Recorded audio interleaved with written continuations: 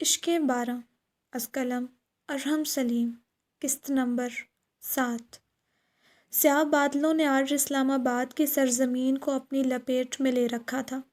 اندھیرا ایسا چھایا تھا کہ یہ کالی گھٹا آج اس قدر زور سے برسے گی کہ اپنے ساتھ سب کچھ بہا لے جائے گی۔ دانیال کچھ ضروری پولیس آفیسرز کے ساتھ اس وقت اسلام آباد کی ایک فوڈ اسٹریٹ میں بنے درمیانی درجے کے ہوٹل میں موجود تھا۔ اس ہوٹل کے نچلے فلور پر ریسٹورنٹ تھا، جبکہ اوپر کے فلور پر کمرے بنائے گئے تھے۔ وہ سیڑھیاں چڑھتے محتاط انداز میں اوپر کی جانب بڑھ رہا تھا۔ چند پولیس آفیسرز اس کے ساتھ تھے، جبکہ رمیز نیچے اس ہوٹل کے سارے سٹاف کو اپنے سامنے کھڑا کیے پوچھ گچھ میں مصروف تھا۔ دانیال نے اوپر پہنچ کر اپنے ساتھ موجود آفیسرز کو اشارہ کیا۔ وہ اس کا اشارہ سمجھتے ایک ایک کر کے ان دروازوں کی جانب بڑھے اور بند دروازوں کے تالوں کو کھولتے گئے۔ چابیاں وہ ہوٹل کے مینیجر سے برآمد کروا چکے تھے۔ وہ سب دروازے کھول کر ایک طرف ہوتے جا رہے تھے اور لیڈی کانسٹیبلز کمروں میں داخل ہونے لگیں۔ کچھ دیر بعد پورے کوریڈور میں لڑکوں اور لڑکیوں کی ایک بڑی تعداد کھڑی تھی۔ دوپٹہ اور ہاتھوں سے اپنے چہروں کو ڈھکتے اسلام آباد کی مشہور معروف یونیورسٹیز میں پڑھتی نوجوان نسل۔ وہ سب سر جھکائے کھڑے آفیسرز کے سوالوں کے جواب دے رہے تھے، جو ایک ایک کر کے ہر بندے سے ڈیٹیل نکلوا رہے تھے۔ لڑکیوں نے رو رو کر پورا ہوٹل سر پر اٹھا لیا تھا، جبکہ لڑکوں کی اکثریت خاموش کھڑی تھی۔ رمیز نیچے کے معاملات دیکھتا اوپر آیا تو اتنی بڑی تعداد میں لوگ دیکھ کر ایک پل کے لیے حیران رہ گیا۔ اس نے دانیال کی تلاش میں نظریں دوڑائیں تو وہ اسے کوریڈور میں کھڑا نظر آیا۔ بلیک شرٹ پر بلیک ہی لیدر جیکٹ پہنے اس نے بس پولیس یونیفارم کی ٹوپی پہن رکھی تھی۔ سیاہ آنکھوں میں بلا کی سنجیدگی اور چہرے پر کرختگی تھی۔ سر، سٹاف کی ساری ڈیٹیل نکلوا لی ہے۔ گھنٹے کے حساب سے یہ لوگ کمرے کرائے پر دیتے ہیں۔ اس کے علاوہ مینیجر نے کچھ نہیں بتایا۔ وہی تو سب کچھ جانتا ہے رمیز۔ ان سب کمروں کو اچھی طرح چیک کرواؤ، دیکھو کوئی نشہ آور چیز ملتی ہے یا نہیں، اور ان کی ڈیٹیل نکلوا کر ایک ایک بندے کو پولیس اسٹیشن پہنچاؤ۔ اور مینیجر کے ساتھ ساتھ سارا سٹاف بھی مجھے لاک اپ میں چاہیے۔ یہ ہوٹل اب سیل ہوگا۔ جی سر۔ رمیز اسے سیلیوٹ کرتا ان لوگوں کی جانب بڑھا تھا۔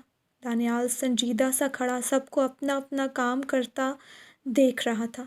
ایک دم سے اسے اپنی جیب میں کچھ تھرکتا ہوا محسوس ہوا تو اس نے جیب میں رکھا فون باہر نکالا۔ صبور کی کال تھی۔ اس نے کال یس کرتے فون کان سے لگایا تھا۔ سر، آپ کا کام ہو گیا ہے۔ آج دوپہر 12 بجے کی بریکنگ نیوز رحمت بابر کے ہوش اڑانے والی ہے۔ گڈ۔ اور وہ یونیورسٹی والا مسئلہ؟ جی سر، وہ بھی ہو گیا۔ بہت شکریہ صبور، تم نے میرا بہت بڑا مسئلہ حل کر دیا۔ اور اس کے بدلے یقیناً مجھے آپ کے گھر ایک بہت اچھا سا ڈنر ملنے والا ہے۔ وہ شرارت سے ہنستے ہوئے بولی تو وہ بھی دھیما سا ہنس دیا۔ صبور اس کی بچپن کی دوست تھی، جو اب ایک بہت بڑے نیوز چینل کے لیے کام کر رہی تھی۔ ہاں ضرور، ملتے ہیں پھر شام میں۔ اوکے، خدا حافظ۔ اس نے کال بند کرتے فون جیب میں ڈال دیا۔ یہ کیس جو ایک معمولی سے قتل سے شروع ہوا تھا دن بدن مزید الجھتا جا رہا تھا۔ جتنا وہ اس کیس کی گہرائی میں جا رہے تھے، یہ مزید پیچیدہ ہوتا جا رہا تھا۔ کلب کی فوٹیج حاصل کرنے کے بعد وہ لوگ کافی لوگوں تک پہنچ گئے تھے۔ ان میں سے کافی نمرا کو جانتے بھی تھے، پر افسوس کوئی بھی اس کے قاتل کو نہیں جانتا تھا۔ یہ کوئی گینگ نہیں، بلکہ ایک پورا مافیا تھا جو ڈرگز، اسمگلنگ، ہر طرح کے غلط کاموں میں ملوث تھا۔ یہ مافیا ملک کے مختلف کونوں میں پھیلا تھا، اور اس ایک کیس کے ساتھ اب کئی پرانے اور نئے کیسز بھی شامل ہو چکے تھے، جن میں اغوا کے کیسز سب سے زیادہ تھے۔ یہ مافیا ایک لمبے عرصے سے پاکستان کی یونیورسٹیز میں پھیلا تھا، اور اب آہستہ آہستہ یہ اسکول اور کالجز تک بھی رسائی حاصل کر چکا تھا۔ یہ ہوٹل بھی اس گینگ کے لوگوں کی طرف سے اڈے کے طور پر استعمال ہوتا تھا، جہاں ان کی زیادہ تر ڈیلنگز ہوتی تھیں، اور اس کے علاوہ یہ ہوٹل بہت سے غلط کاموں کے لیے بھی استعمال ہوتا تھا۔ جہاں تک رہی نمرا کے قتل کی بات، تو اس کے قاتل تک اسے صرف ایک شخص پہنچا سکتا تھا، اور وہ تھا اذنا۔ اور وہ تھی اذنا، کیونکہ اس کے پاس جو ثبوت تھے وہ بالکل بھی معمولی نہیں تھے۔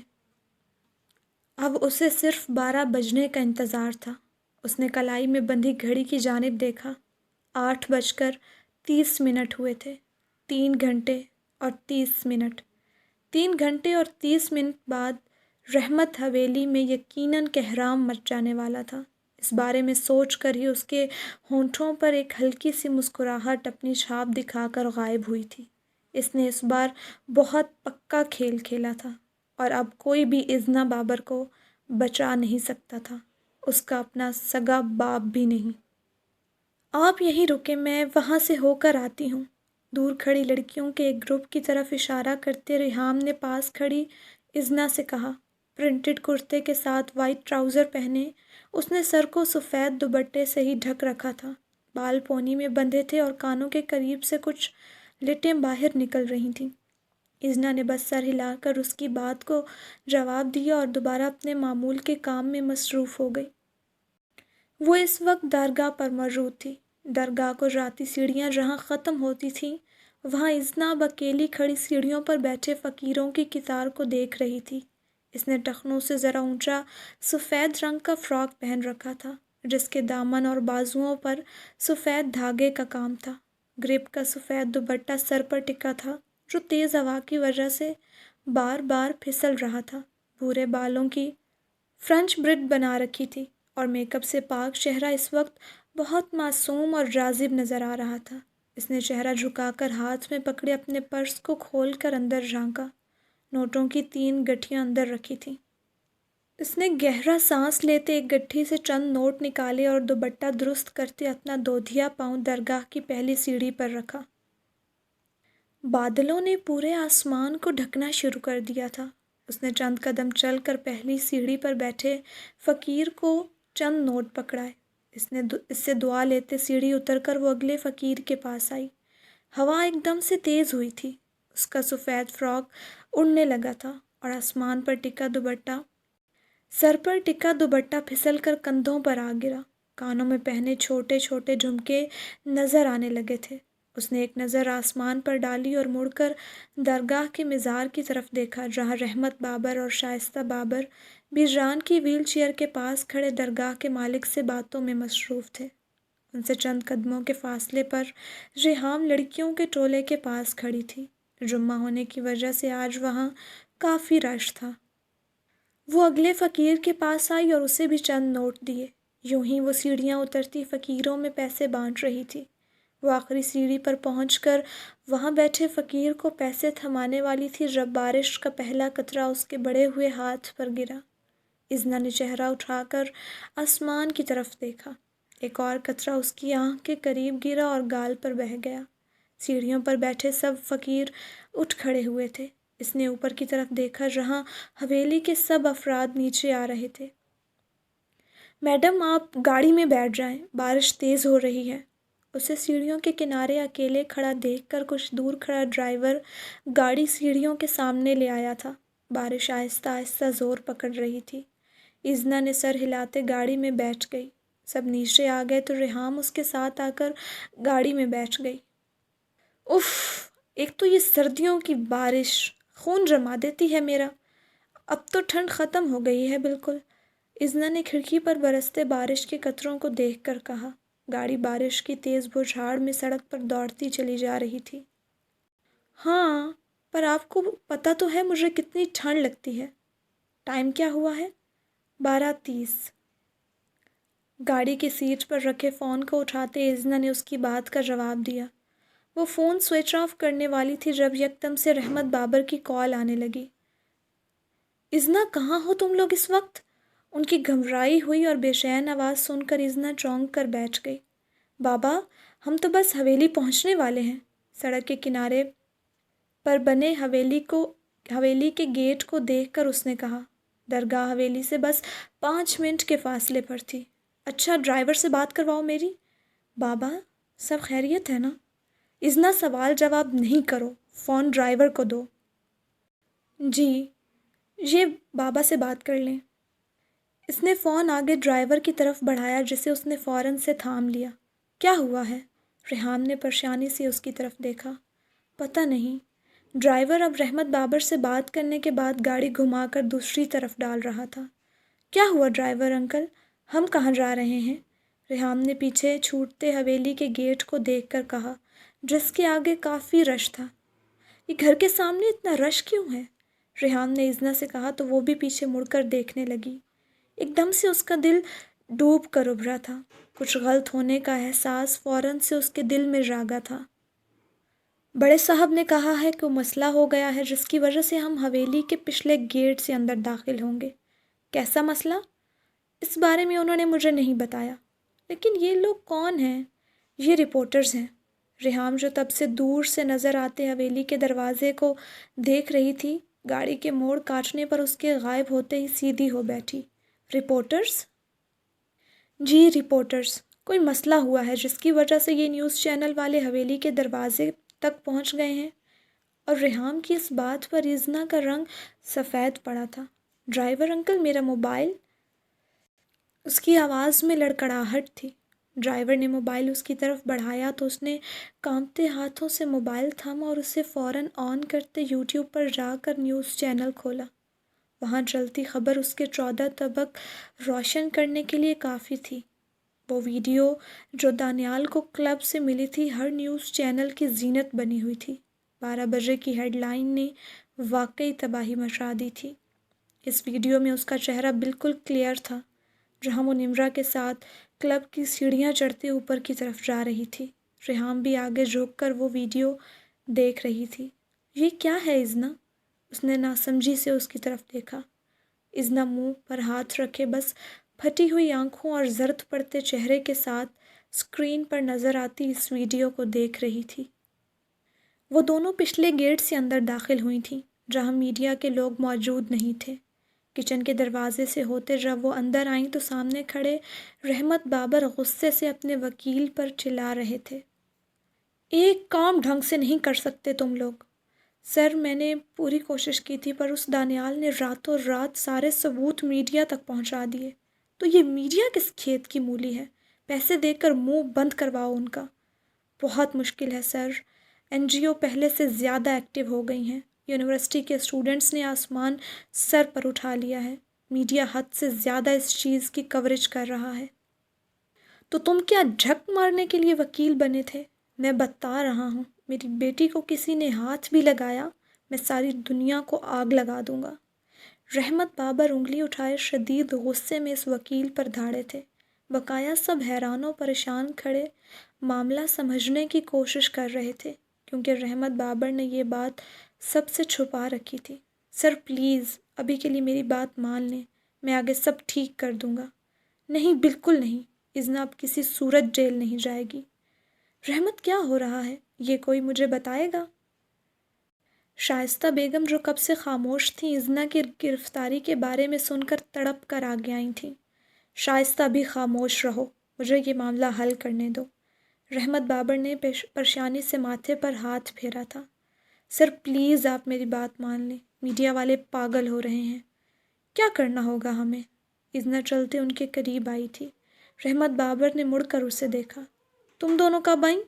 ہم کافی دیر سے یہاں کھڑے ہیں، جواب ریحام کی طرف سے آیا تھا۔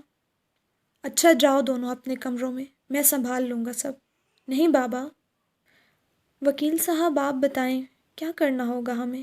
ابھی کے لیے آپ گرفتاری دے دیں، میڈیا کا دھیان جیسے ہی اس مسئلے سے ہٹے گا میں نقلی ثبوت دکھا کر آپ کو رہا کروا لوں گا۔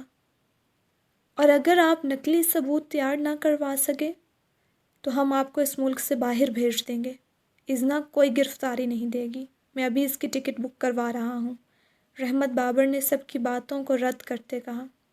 سر معاملہ مزید بگڑ جائے گا، آپ کی سیاسی ساخت کو بہت نقصان پہنچے گا۔ میں نے ہر طرح سے سوچا، اذنا میڈم کی گرفتاری ہی ہر مسئلے کا حل ہے۔ میں اپنی بیٹی کو جیل کسی صورت نہیں بھیجوں گا۔ دانتوں پر دانت سختی سے جمائے وہ غصے سے بولے تھے۔ لیکن سر میں تیار ہوں گرفتاری کے لیے۔ اس کی بات مکمل ہونے سے پہلے ہی اذنا بول پڑی۔ اذنا تم پاگل ہو گئی ہو؟ ایسا کچھ نہیں کرو گی تم۔ بابا آپ سمجھنے کی کوشش کریں، میں ایسے ملک سے بھاگ گئی تو سب کا شک یقین میں بدل جائے گا، لیکن اس سے پہلے ہمیں ایک اور کام کرنا ہوگا، وکیل دوبارہ سے بولا تھا۔ کیسا کام؟ آپ کو مجھے ایک ایک ڈیٹیل سے آگاہ کرنا ہوگا تاکہ میں ٹھوس ثبوت جمع کر سکوں۔ ہم اس بارے میں بعد میں بات کریں گے، نظریں چراتے اذنا نے کتراتے ہوئے کہا تھا۔ آپ باہر جا کر انہیں کہہ دیں میں آ رہی ہوں۔ اذنا تم پاگل ہو گئی ہو، رحمت بابر غصے سے چلائے تھے۔ وہاں کھڑے سب افراد نے چونک کر انہیں دیکھا، کسی نے کبھی انہیں یوں چلاتے نہیں سنا تھا۔ بابا آپ سمجھ کیوں نہیں رہے؟ میری وجہ سے آپ کی زندگی بھر کی کمائی ضائع چلی جائے گی، ہمارے خاندان کا نام خراب ہو جائے گا۔ تو تمہیں کیا لگتا ہے خاندان کا نام تمہارے جیل جانے سے خراب نہیں ہوگا؟ نہیں، وکیل صاحب کہہ رہے ہیں نا، وہ سنبھال لیں گے۔ پلیز بابا، مسئلہ زیادہ بگڑ جائے گا، میری وجہ سے نواب خاندان کے نام پر سیاہ دھبا لگ جائے گا۔ میں جا کر میڈیا کو سنبھالتا ہوں۔ کالا کوٹ پہنے ہاتھ میں فائل پکڑے وکیل باہر کی طرف بڑھا۔ بابا پلیز بھروسہ کریں، سب ٹھیک ہو جائے گا، اذنا نے آگے بڑھ کر ان کے کندھے پر اپنا ہاتھ رکھتے کہا۔ رحمت بابر نے ایک تھکی ہوئی سانس خارج کی اور پیچھے رکھے صوفے پر ڈھہ گئے۔ صرف ایک ہفتہ، ایک ہفتے کے بعد میں تمہاری کوئی بات نہیں سنوں گا اور تمہیں سیدھا باہر کے ملک بھیج دوں گا۔ اوکے، مجھے منظور ہے۔ یہ کیا ہو رہا ہے اذنا؟ پولیس کیوں آئی ہے اور تم کہاں جا رہی ہے؟ اور تم کہاں جا رہی ہو؟ شائستہ بیگم نے ایک بار پھر سے پوچھا۔ میں تمہیں سب بتا دوں گا شائستہ، فی الحال مجھے پولیس سے نپٹ لینے دو۔ ریحام سنبھالو شائستہ کو، اور اذنا تم میرے ساتھ آؤ۔ اذنا اور رحمت بابر دونوں باہر کی طرف بڑھے تھے۔ حویلی کے مین گیٹ پر اذنا کا وکیل کھڑا میڈیا سے گفتگو کر رہا تھا۔ ہر طرف ایک ہڑبڑی سی تھی، بارش ابھی بھی زوروں سے برس رہی تھی۔ حویلی کے ملازم حیران و پریشان سے کھڑے سارا منظر دیکھ رہے تھے۔ اذنا بابر پر بے بنیاد الزامات لگائے جا رہے ہیں، ان کا نمرہ قتل کیس سے بلا واسطہ یا بلا واسطہ کوئی تعلق نہیں۔ ان کا نمرہ قتل کیس سے بالواسطہ یا بلا واسطہ کوئی تعلق نہیں۔ ان کے خلاف دکھائے جانے والے سارے ثبوت جھوٹے ہیں۔ میں بہت جلد اصل ثبوت میڈیا کے سامنے پیش کروں گا اور یہ ثابت کروں گا کہ اذنا بابر بے قصور ہیں۔ تو کیا اذنا بابر اب گرفتاری نہیں دیں گی؟ ایک رپورٹر نے سوال کیا تھا۔ ہم سب اس ملک کے باشندے ہیں اور اس کے قانون کی دل سے عزت کرتے ہیں۔ قانون کا احترام کرتے ہوئے اذنا بابر فی الحال گرفتاری دے رہی ہیں، اور میری پولیس کے عملے سے گزارش ہے کہ میری کلائنٹ کے ساتھ نرم رویہ رکھا جائے۔ رحمت بابر اپنی لاڈلی بیٹی کو جیل بھیجنے کے لیے رضامند کیسے ہو گئے؟ کل کی پریس کانفرنس میں تو انہوں نے کہا تھا کہ وہ کسی صورت اذنا بابر کو جیل نہیں بھیجیں گے اور سب سازش کے پیچھے موجود شخص کا پتہ لگوائیں گے۔ دیکھیں، کوئی باپ یہ نہیں چاہتا کہ اس کی اولاد کے ساتھ ایسا سلوک ہو جیسے نواب خاندان کی اکلوتی وارث کے ساتھ کیا جا رہا ہے، لیکن جیسا کہ میں نے پہلے کہا کہ ہم سب اس ملک کے قانون کی عزت کرتے ہیں، لہٰذا اس زمرے میں اذنا بابر گرفتاری دے رہی ہیں، اور بقول رحمت بابر کے جو بھی شخص اس سازش کے پیچھے ہے انشاءاللہ بہت جلد بے نقاب ہوگا۔ اس نے ہاتھ کے اشارے سے رپورٹر کو مزید سوالات کرنے سے منع کیا اور مڑ کر پیچھے کی جانب دیکھا، جہاں حویلی کے مین دروازے سے اذنا رحمت بابر کے ساتھ باہر آ رہی تھی۔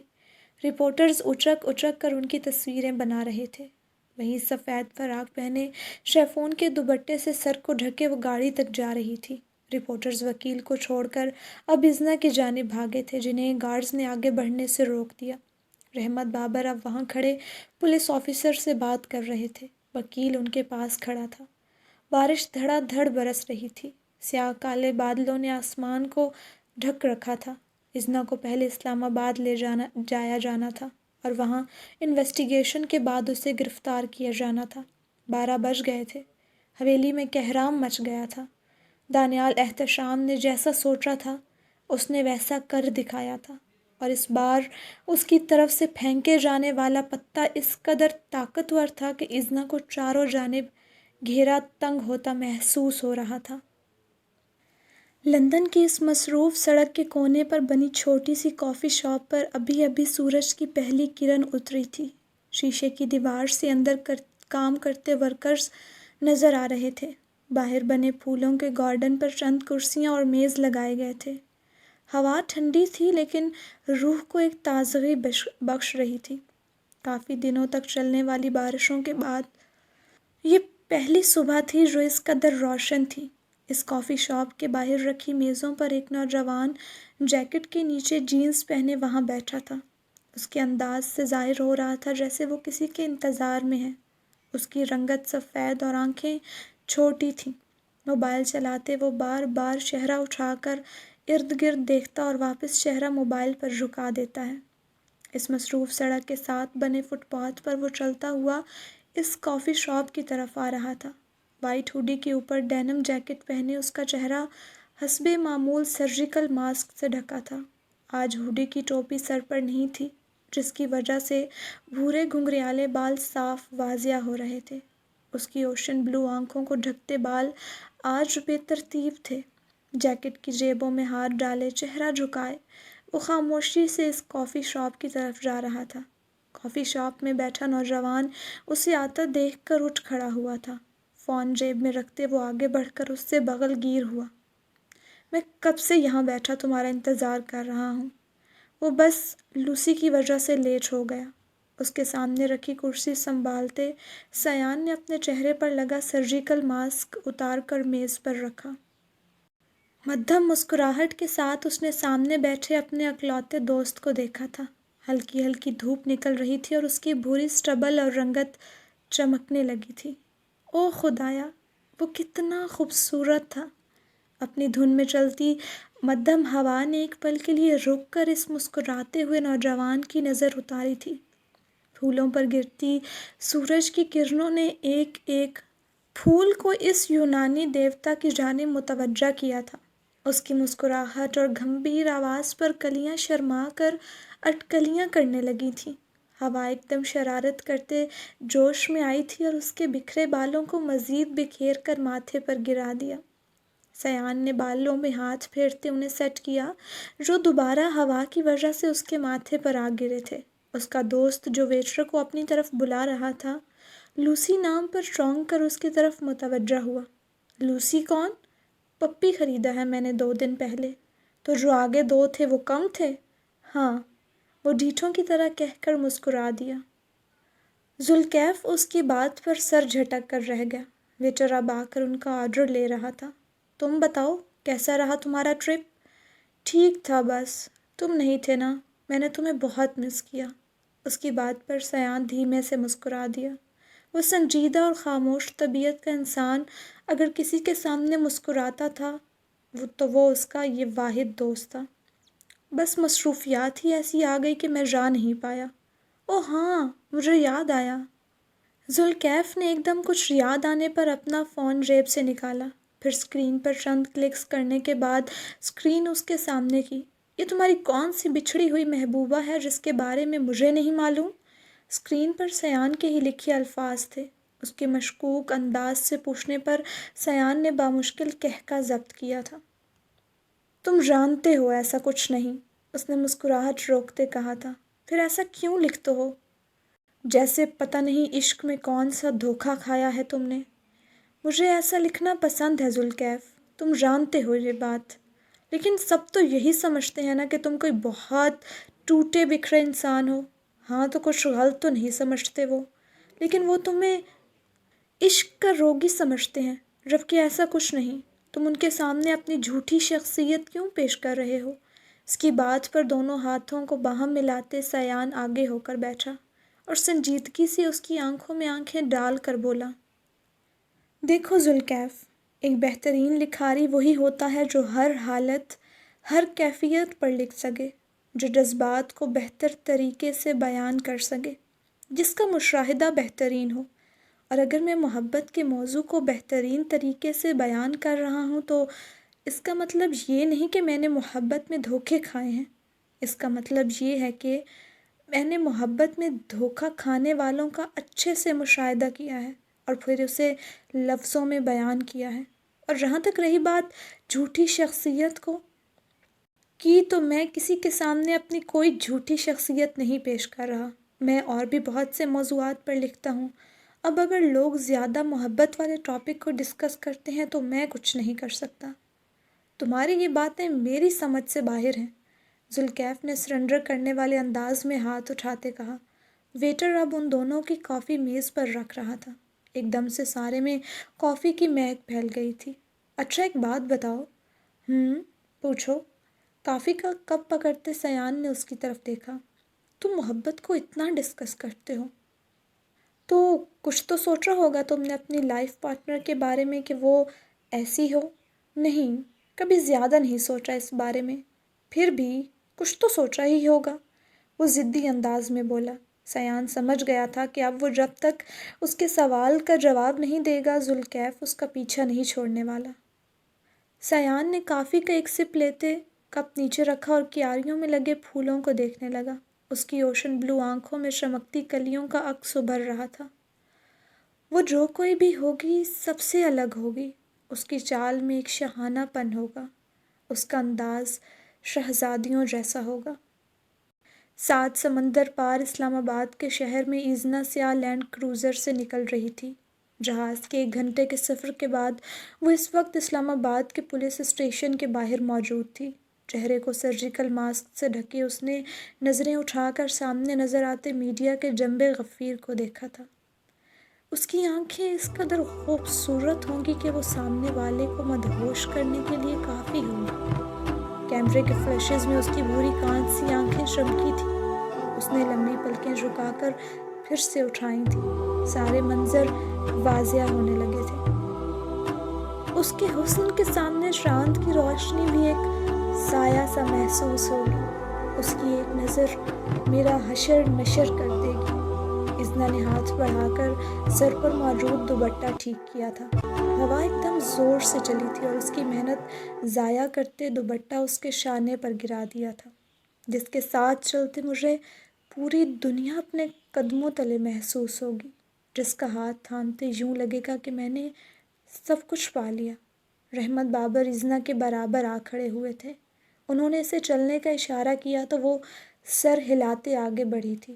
سر جھکائے وہ اب رحمت بابر کے ساتھ رپورٹرز کے ہجوم میں سے گزر رہی تھی جسے ہر کوئی حاصل کرنا چاہتا ہوگا، جو ہر کسی کی خواہش ہوگی، لیکن اسے صرف میری خواہش ہوگی. رپورٹرز اچھل اچھل کر سوال کر رہے تھے لیکن گارڈز انہیں پیچھے کرتے ان دونوں کے لیے راستہ بنا رہے تھے. پولیس اسٹیشن کے کوریڈور میں کھڑا دانیال احتشام مسکراتی ہوئی نظروں سے سارا منظر دیکھ رہا تھا. وہ بن کہے مجھے سمجھ جائے گی. وہ میری خاموشی سے بھی معنی اخذ کر لے گی. وہ مجھے اندر تک جانتی ہوگی. آرڈر پر تیار کروانی پڑے گی تمہاری پسندیدہ لڑکی. اس کی باتیں سن کر ذوالکفل نے جھرجھری لیتے کہا تھا. ایسی بھی بات نہیں. کوئی تو ہوگی پوری دنیا میں میرے لیے. مسکراہٹ روکتے سیان نے شرارت سے کہا تھا. اور میلوں کے فاصلے پر بنے اس پولیس اسٹیشن میں ایزنا رحمت بابر کے ساتھ دانیال احتشام کے سامنے آ کھڑی ہوئی تھی. مجھے نہیں معلوم تھا کہ ہماری دوبارہ ملاقات اتنی جلدی ہوگی. دانیال نے مسکراتے ہوئے مصافحہ کے لیے ہاتھ بڑھاتے کہا جسے رحمت بابر نے سرے سے اگنور کر دیا. تم بہت پچھتاؤ گے ایس پی. انہوں نے سختی سے اس کی آنکھوں میں دیکھتے کہا تھا. میں بس اپنا کام کر رہا ہوں اور امید کرتا ہوں کہ آپ میرے کام میں کوئی رکاوٹ نہیں ڈالیں گے. دانیال نے کندھے اچکاتے ایسے کہا تھا جیسے یہ معمولی سی بات ہو.